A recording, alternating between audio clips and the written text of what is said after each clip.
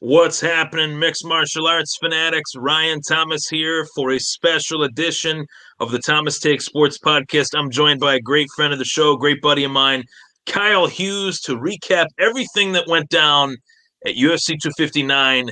And we're going to get to some big MMA topics. Kyle, thanks for joining me on the show, buddy. Always a pleasure. Always a pleasure being here, man. You know that. Yeah, I love the hoodie. You're representing the Washington Nationals. That's the baseball team. Baseball can't get here soon enough, but in this show, we're going to be diving into UFC 259. I want your thoughts, first and foremost, on the Peter Yan Aljamain Sterling fight. Yan versus Sterling, unprecedented controversy as Sterling becomes champion off of an illegal knee. What were your thoughts watching that fight Saturday night? And have you ever seen anything quite like that? I know I haven't. My first thought watching that fight was if I had $1 for every time Daniel Cormier called him Pieter, then I could probably buy a house the size of Daniel Cormier's. Secondly, no, I've never seen anything like that. I was, frankly, I was pissed for Aljamain Sterling. I mean, I know people that are friends with Aljamain. Aljo's a great guy from all accounts, and I know he didn't want to win the belt like that. I mean, that's not the way anyone wants to come away saying they're the champion. That's whether you put an asterisk next to it or not, people aren't probably going to see it the same. So I thought, if there was some kind of miscommunication from Jan's corner, I don't know. I mean, if you're Jan, you know English, at least you understand English. And the ref said he's downed. So, that's something you go through with the ref in the back before you come out. So I don't know if there's really an excuse for that other than he threw a dirty knee thinking maybe you can only punch. I don't know. I have no idea. Yeah, it was very odd. And that's the best way to put it is I have no idea either, because as a sitting champion in the sport, you should know the rules of the fight, right? And for Jan to not really seem like he knew the rules of the fight is like, what's going on here? And furthermore, I thought the reaction to the fight by guys like TJ Dillashaw, who doesn't really have any room to talk in terms of what he has done that's been pretty classless towards the sport. TJ Dillashaw is accusing Aljamain Sterling of putting on an Academy Award-winning performance when Aljamain Sterling was the guy that got kneed illegally in the head, and TJ Dillashaw was the guy cheating the sport on a suspension for 2 years. So what did you think about the reaction to Aljamain Sterling taking that knee and ultimately winning the fight via disqualification? And what are your thoughts on just how the reaction seemed? I thought that was what was most shocking rather than the events that took place themselves.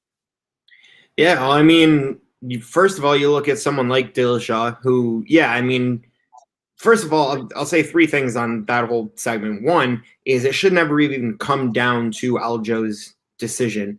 That man clearly was not even conscious. He was not there for the first 2 minutes. And for a doctor to come in there and still have a conversation like, can you go? Can you go? The man literally didn't know where he was for at least a good 60 seconds. That's not a decision Aljo should have to make. Secondly, Dillashaw can just screw off. As a fighter, sure, pretty talented, but, who are you to call someone else an actor when your career has its own laundry list of, tarnished fruits? I just don't see it. And then third, I see people already calling Aljo's already ducking Jan for the rematch. Like he's looking on to other people. And it's like, it literally just happened. First of all, calm down. Second of all, I mean, he's the champion now, right? Like it's not the best way to win a belt, but he's the champion. He gets his pick. If he wants the rematch, he can have it. If he thinks he's going to lose, then fine. Yeah, I agree. It's going to be a very interesting situation that plays itself out. I ultimately think they will do the rematch because that fight, for how it ended, we got to talk about actually what happened in the cage prior to how that fight ended. Jan was winning the fight on 2 of the 3 judges' scorecards. I was shocked that a third judge scored it for Sterling. I love Aljamain Sterling. He's actually, in the crosshairs here as a New Yorker, Long Islander, kind of in that Chris Weidman, Ally Quinta camp. Not to cut you off there, Ryan, but just because we're on the topic of refereeing while you're bringing that up, I mean, you're talking like, yeah, it's shocking that the referee had Aljo winning one of those rounds, or one referee had Aljo winning those fights. You're talking about the same judges that I'm sure we'll get into it, but you had a 40, what was it, a 49-45 or something like that in the final fight, the Adesanya fight. So like, I'm not surprised that that the card I can't say I'm that way. shocked. Yeah, we can't say we're shocked about a bad judge's call, but in retrospect, knowing what took place in there, it's another kind of moment there where we saw, judges scoring the fight improperly. We only knew that it was going to get worse as the night wore on, and unfortunately it did. But what did you think of just the fight itself with Jan? I thought he was cruising to a victory. It looked like Aljo was kind of on wobbly legs prior to the illegal knee. And do you see a rematch going differently, or do you see a rematch going in similar fashion? I don't know if I even say Aljo was on wobbly legs, as I would say his gas tank was just empty. He looked tired. I think if he could have landed a knockout in round 3, or maybe that's what he was aiming for, was to land a knockout in round 3. I don't think he left himself much gas. Granted, if that fight kept going, I did think for a second that Aljo may have been milking it just to give himself a little bit of a breather.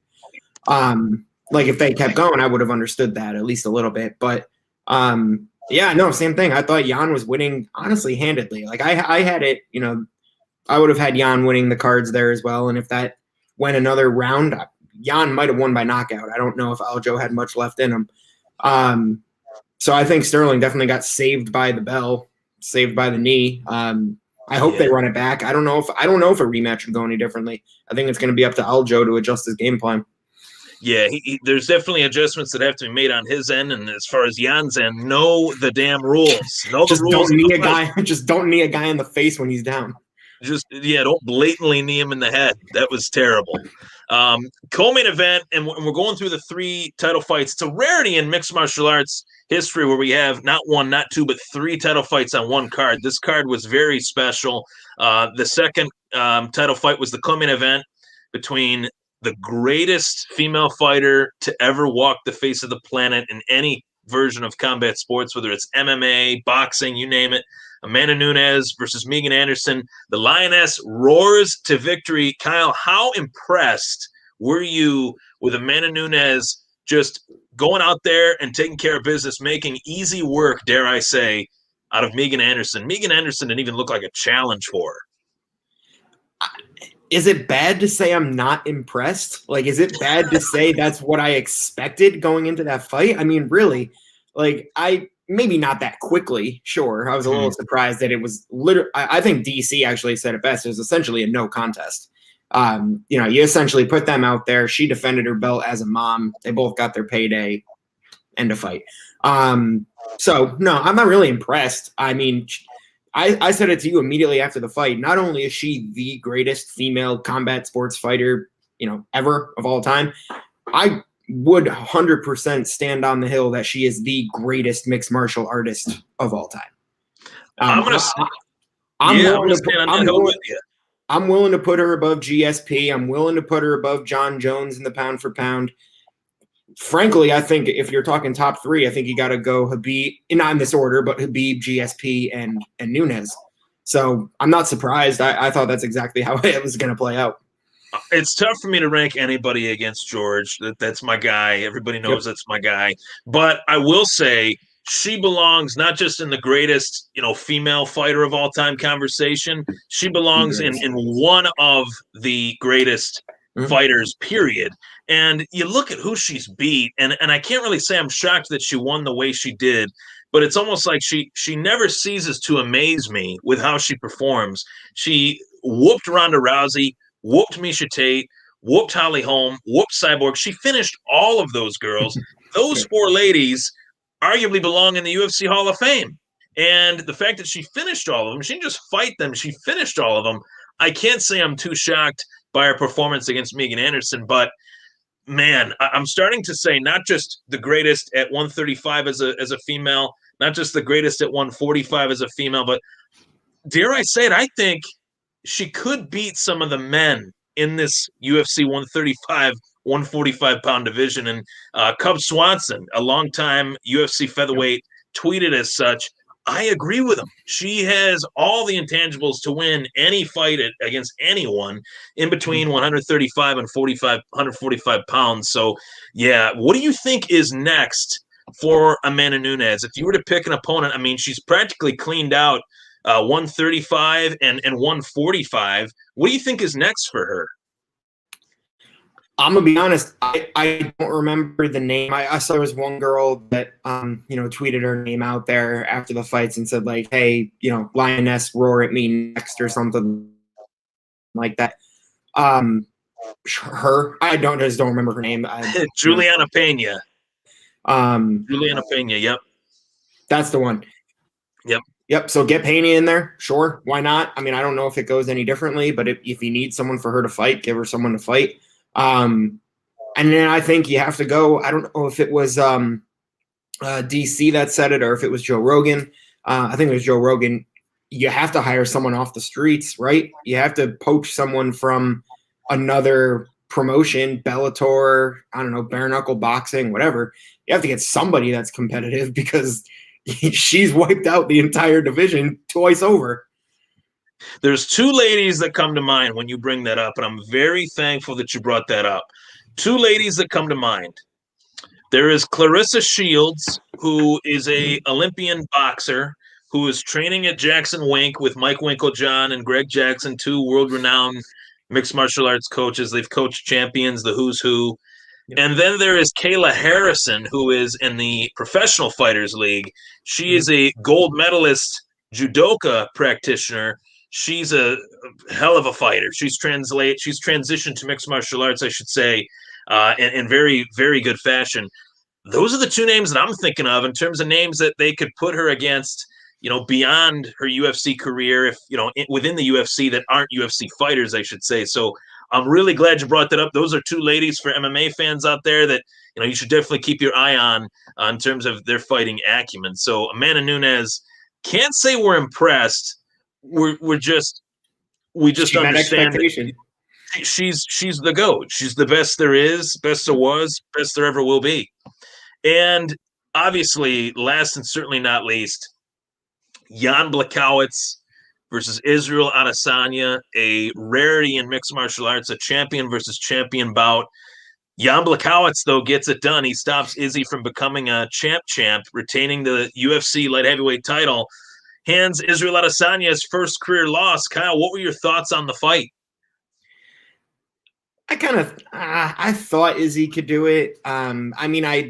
Granted, if Jan said before the fight he was going to weigh in at 205 and fight at 220, and Izzy said he's essentially going to come in at his weight and fight at his weight.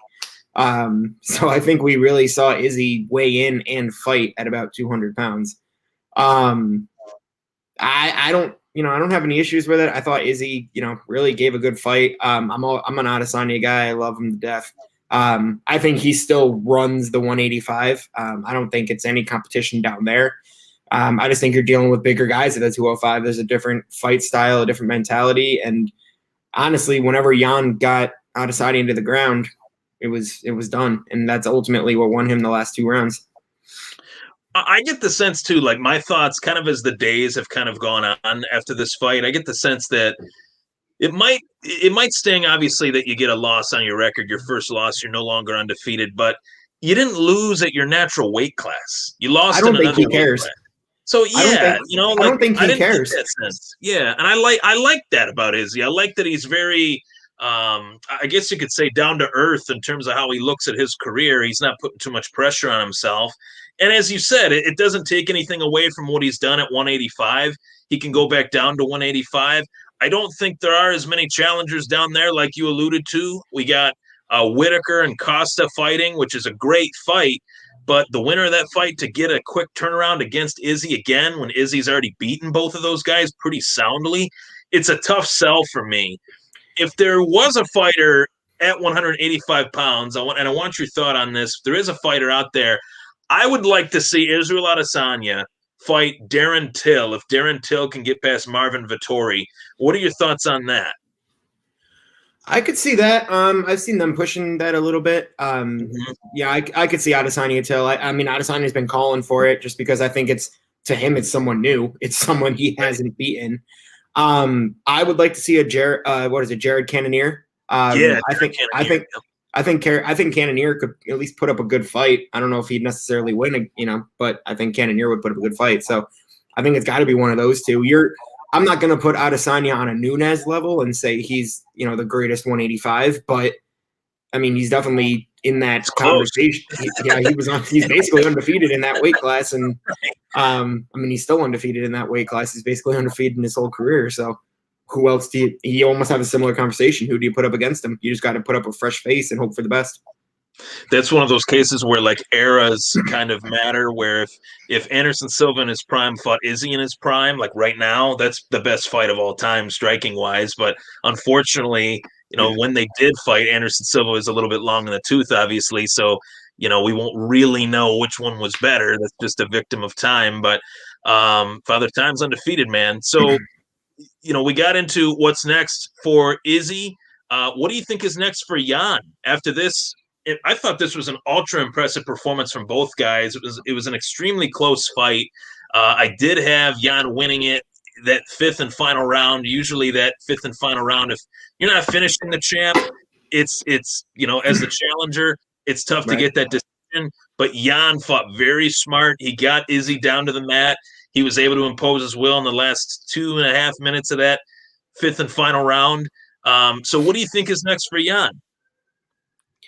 I think first and foremost, it solidified him as the rightful 205 champ. I think he's the guy to beat there. I don't know if you see John Jones coming back down. I really don't think you do, unless he gets his ass kicked at a heavyweight. So I think really you have a good shot at. I don't even know the light heavyweight division as much as I thought I did, but. You got Glover Teixeira out there, who was. Oh, it's got to be Glover. Yeah, I don't know how I forgot about Glover Teixeira. Yeah, it's got to be. I mean, it has to be Glover next. I think Dana already pretty much confirmed it's going to be Glover next. Right. And I think he is on a resurgence. It's not. I think he's on a resurgence. He's on a resurgence. That man could be getting a second wind of his career. The performance that Glover Teixeira put on against Anthony Smith. Yeah, was extremely impressive. I was blown away by it. I thought Anthony Smith was the younger guy, the tougher guy, just in the sense that he hadn't been through as many wars as Glover Teixeira. And Glover Teixeira went through him like a hot knife through butter. That was unbelievable. So, yeah, I think Glover Teixeira, shout out as well. This entire card was great. The first main card bout was Alexander Rakic versus Thiago Santos, and Santos fought John Jones for the title. And Rakic got the W. I think he's in the crosshairs as well. Mm-hmm. What did you think of Alexander Rakic in his fight with Thiago Santos? I thought he was pretty impressive. I loved it. I mean, it was a low key fight, right? I mean, it was one of those, like, it wasn't anything crazy. And I remember hearing the commentary on it is like, he had such, and this, I feel like this happens a lot with the UFC lately, is the prelim is so interesting. And the prelim has so many quick finishes. I think every fight except one in the prelim was a finish. Right. So like you go off a prelim where like everyone's like, all right, we're in the fight night now. We got 3 championship fights. Here we go. And then you put that fight out there, and it's like, well, kind of laid a little bit of a dud. But technically speaking, Rakic looked fine. He looked great. He did. It's one of those fights you did what you needed to do to win, and he did it. Yeah, I couldn't agree more. I thought that that was a great way to start the card. And as you mentioned, the preliminary card. True rarity. It hasn't happened in this man's career, I think, in probably 15 years. But Dominic Cruz was the headliner for the preliminary card against Casey Kenny. I came away extremely impressed. I'm always impressed with Dominic Cruz. He's the greatest bantamweight ever, arguably. And it was a split decision victory. That Casey Kenny is a young fighter that's got a long career ahead of him. But where do you see Dominic Cruz and where he stands as far as the bantamweight division with this win? Geez, I don't know. I mean, he looked fine, like you said, right? Mm-hmm. It's one of those things where I think he deserves another shot, or at least another run. I think he'll get himself up there if he can keep fighting at the level he just did on the prelims. Sure, why not? I mean, he just had a birthday, I think, today, So He did, yeah. Happy birthday, Dominic Cruz. not getting any younger. So you got to make a run. I think he got it in him, but he's got to make a run if he wants to do it. Right. Yeah, I agree. I agree for sure. He's definitely one of those fighters that is just etched in stone as one of the better fighters in bantamweight history. So I'm rooting for him. I hate to see the older guys go out, on a sour note. I want to see all the older fighters go out on a high note, but it doesn't always happen. So next up, March 27th, we got the heavyweight slobber knocker, Stipe Miocic, arguably the greatest UFC heavyweight of all time. He just wrapped up an epic trilogy with former UFC champ Daniel Cormier. Cormier retires. Miocic's career is trudging along. He's fighting a fighter that he's already fought before. He's fighting Francis Ngannou, the freight train known as Francis Ngannou. I think he's the Mike Tyson of the UFC heavyweight division. Part 2 takes place March 27th. Who does Kyle Hughes have winning that fight and why? I got to get your take on that. It's tough because the heart is saying one thing and the brain is saying another. I want Ngannou. I really do. I want to see Ngannou win. I would absolutely love that. And I think that fight is going to be in Africa, if I'm not mistaken, right? I think they're looking to have that be they're trying an Africa to fight. Yeah, they're trying to. I don't know if they will with COVID and everything, but as of now, it's slated to be at the UFC Apex, but that was the plan. They were going to have this card in Africa, and Kamaru Usman was going to be on it, but then he ended up fighting earlier because they needed him and all that stuff. So, I think potentially if this fight isn't in Africa, and let's just say hypothetically Francis Ngannou wins, you bet your bottom dollar that Jones versus Ngannou will take place in Africa. I could definitely see that taking place. So, I could too. I think I want Ngannou, but I think it's going to be Miocic. I think technically he's just a better heavyweight fighter. I mean, if Ngannou is one of those guys, not that anyone in the heavyweight division isn't, but Ngannou is one of those guys that if he even touches you with the right angle, you're done. Your lights are out. So it's up to Miocic to probably fight a little defensively. But I think he's got it in him for sure. I think Miocic probably takes it. I would say, for some reason, I see that one going decision. Honestly, I see Miocic winning that by decision. I don't think it's going to finish. I like your thoughts on that. When I look at this fight, the one thing that sticks out at me is part 2. That obviously this fight took place before, and Miocic was able to neutralize Ngannou, was able to get him down to the ground. And Francis Ngannou had that, during the headlights kind of look to him that he had never fought in a moment like that, as big as that. But he fought in that moment. He's won a lot of big fights since in devastating fashion. Now this is his second shot at achieving the highest of highs in a big moment. I think this fight's going to be a lot different than the first one. But to your point, does that mean Miocic comes away with the loss, or does he come away with the win? I ultimately do believe that Stipe Miocic will win, and it has a lot to do with the fact that he's just simply the best UFC heavyweight ever. That Daniel Cormier trilogy, though, probably did put some miles on the tires. So that's something to keep your eye out on as far as does Miocic have the chin that he had prior to fighting DC, post-fighting DC, because DC tested it. I will say that. DC tested it. So that's something to keep our eye out on. And I think we both agree that Miocic can get that W, but it's going to be a very interesting fight. As well on that card, you got Alexander Volkanovski and Brian Ortega for the UFC featherweight title. So I'm rooting for Ortega because I think the rightful champ of the UFC featherweight division is Mad Max Holloway, Max Blessed Holloway. What are your thoughts on that fight? Who do you see winning between Volkanovski and Ortega? It's almost impossible for me to ever pick against someone with an Oski or some sort of a Russian ending to their last name. Russian. I think the Rocky movies have conditioned me to just be scared of Russian fighters. I'm going to go with Ortega, though. This might be the first time I've ever picked against a Russian. I think he's scary, man. I think that just that man, when he gets in the right mindset, the right zone. I mean, if he can fight his fight and keep control of it, the pace that he wants, that man is as good in that division as anybody I've seen.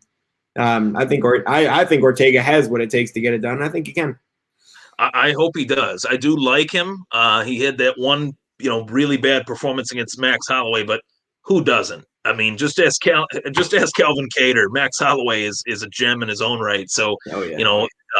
What you were referring to though in Ortega's career, that fight with the Korean Zombie. Oh my God. I thought that fight was going to be a war, and it was a one-sided war with Ortega swinging the hammer. That was unbelievable. So if that Ortega shows up, I think Volkanovski could be in for a really rough night. So, I'm excited for this card on March 27th. Let's shift gears to the world of the National Football League. Okay, we got a lot going on in the NFL. You are a diehard Philadelphia Eagles fan. I love the city of Philadelphia. I've been there. Got to see the Rocky Steps, the Rocky statue, ate at Adrian's restaurant, which is Victor's Cafe in reality. Awesome spot. Shout out to them. But your quarterback situation has changed. You went from going all in with Carson Wentz. The Eagles said, thanks, but no thanks. We're sending you packing to Indy to get some picks back for Wentz. Depending on how he performs there, dictates how great those picks could become. And now you're in the Jalen Hurts QB1 era.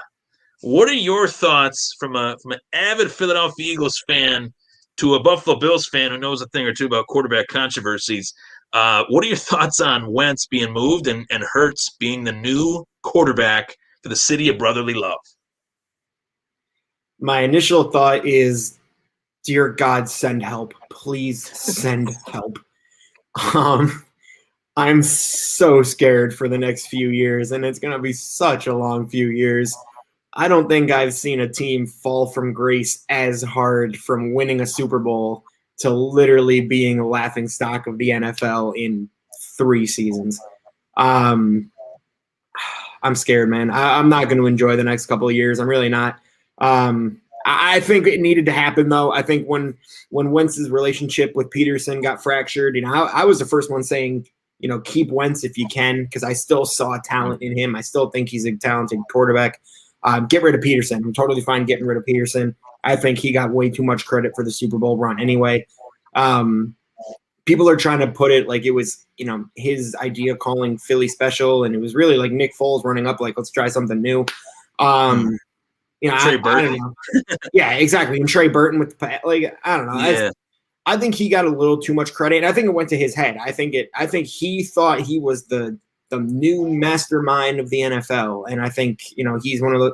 I don't want to say he ran Chip Kelly with it, but he definitely let the power go to his head. So I'm fine. He's gone. We got what we got for Wentz back. I think Hurts is talented.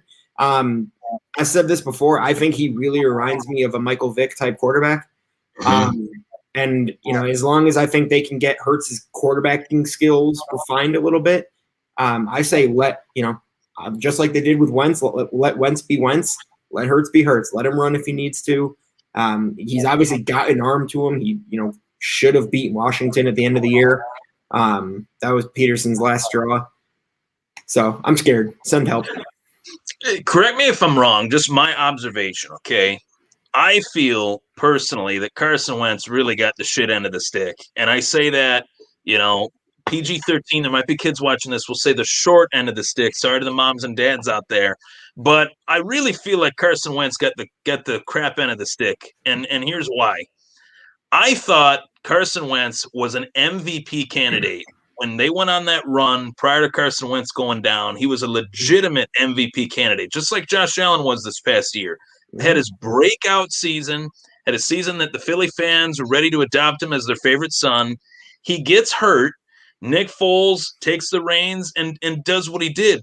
That does not discount what Carson Wentz was doing prior to that. And for some reason, it did ultimately hang over Philly's head. Oh, wow, well, look at what our backup quarterback did for us when Carson Wentz, would he have done that? Would he have done? There was always that seed of doubt, right, with whether Wentz could have done what Foles did.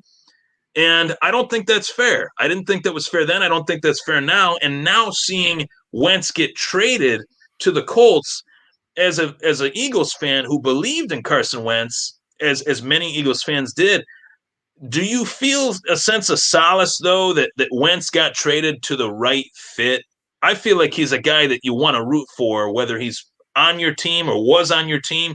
You want to see that guy do well. He seems like a great guy. He was embraced by the Philly fans. He embraced the Philly fans. What are your thoughts on that? I love them. I hope he does well in there, especially because he's in the AFC. I don't really have to worry about facing him much. And like I said, I think he's a talented QB. But I think you're gonna find out this year, maybe next year, if it's talent or if it's something else, because now he's got no excuses. He was traded to be a QB1, to not have to worry about competing with anybody else. He was essentially handpicked the team he was traded to, because I really think he was going to go to Chicago, and he shut that down because he wanted to go to Frank Reich and probably didn't want to play around Nick Foles again. So I really think he has no excuses after this. Right. I want to see him do well, and I think he will do well, but I don't know if you can defend him if he starts tanking off. I think he's made of glass. I think he's very fragile when it comes to confidence. I'll say that. Do you think that's because of the failures that he's had recently, or do you think it's because of kind of the situation that played itself out in Philly, with the Foles thing and with his injuries and them drafting Jalen Hurts? I mean, they didn't exactly coddle him. Not that you're supposed to coddle a quarterback. I'm not saying that every quarterback should have Matt Barkley as his backup like Josh Allen does, but they gave up a lot to get Carson Wentz, and it always seemed like they were looking to replace him, whether it was Foles, whether it was Hurts, whether it was questioning how hurt Carson Wentz was. What are your thoughts on that? Do you think that they didn't really put him in a win-win situation? Was it a lose-lose situation for Wentz? Yeah, I mean, it is what it is, right? I mean, I'll give him the credit that I think he has always had to look over his shoulder. But you got to be stronger. The only time he was ever secure in his position was the MVP run before he broke his knee or tore his knee. I think that was the only time he was ever confident. After that, even if it had nothing, I think after Nick Foles won the Super Bowl, nobody thought, Carson Wentz is in trouble. Nick Foles is the guy. Everyone knew Carson Wentz was the guy, but you're still going to have, maybe it's his own internal doubt or just people speaking in his ear well, they did it without him. It's possible. And then he goes down and, now Jalen Hurts, they're like, you know what? The team is stale. We're 4-11 or 3-11. We're going to put in Jalen Hurts. We're going to see what the hell happens. And he wins 2 games, or at least shows out like a champ. He's always had to look over his shoulder, so you need to be a little stronger than that. But I will say it's not like they put him in the best of positions. I think they coddled him a little bit, though. I think Peterson really kind of tried to make him protected. Yeah. And it just didn't work. I see that as a multi-layered situation that at the end of the day, it's like a relationship that has its good moments, and then the boyfriend and the girlfriend, they agree that maybe it's better if they're just friends, and they part ways and go and do their own thing and live their own lives. So, Yeah, I mean, I'm rooting for Carson Wentz. I hope, he tears it up in Indy. I hope he doesn't tear it up too much. And I also will say, for as frustrated as you are about the state of the Eagles, Jalen Hurts is a baller. This dude can play. This dude is going to be a top 10 fantasy quarterback. I have no bones about it. I no bones about it. He's going to be a top 10 fantasy quarterback, and I was highly impressed with him in the limited action that he played. So we'll see what happens, man. I think the Philly fans, no matter what, you know it about Buffalo fans too. They'll support their team no matter what.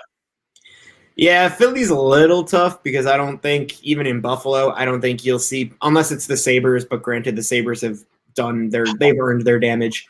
I think the Bills fans are not willing to boo their own team out of the stadium.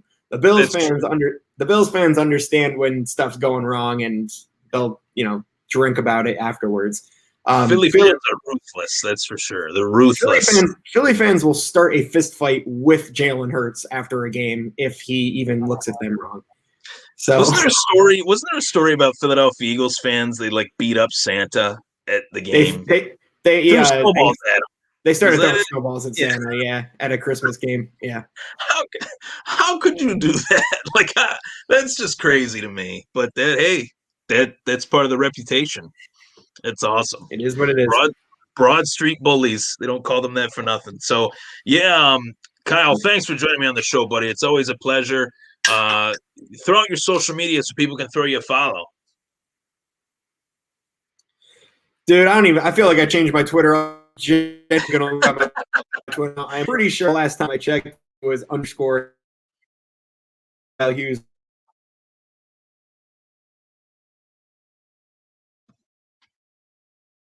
We still got you. Oh, I think yeah. I'm back. What was that? All right. I think we're back. Yeah, you're back. Okay. It stuck for a second on the stream there. What was it again? The Twitter handle? We got the Twitter at _ Kyle Hughes _. That's the one I use. Fantastic. Throw him a follow. Awesome guy. Always enjoy chatting about the fights with you. I'm going to have you on the show many more times throughout the year, of course. Thanks for hopping on, and stay safe, man. Enjoy the sunshine down there as well.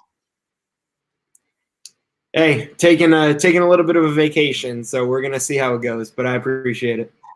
Yeah, sounds good. Take care, buddy. Later. That was Kyle Hughes, great buddy, great friend of the show. Always great to have him on the show. A lot of talking points in regards to UFC 259 as well as the world of mixed martial arts. A lot to discuss, and I had to get his take on Jalen Hurts and the Carson Wentz situation, being that he is a Philadelphia Eagles fan. That's a situation that I was pretty entertained by, and I'm not even a Philadelphia Eagles fan, so I had to get his thoughts on it. With that being said, I am Ryan Thomas. You just tuned in to the Thomas Take Sports Podcast. You can follow it on Facebook, Twitter at Ryan Thomas Take, YouTube, the Thomas Take Sports Podcast, Apple Podcasts, Spotify, wherever you find your podcasts. The Thomas Take Sports Podcast is available. So stay tuned for more. Plenty more coming up in the coming months as we inch closer to the NFL free agency period, as well as the NFL draft. And of course, plenty of MMA talking points with some of the best events this year coming in the next few months. Stay tuned and stay safe. Take care, everybody.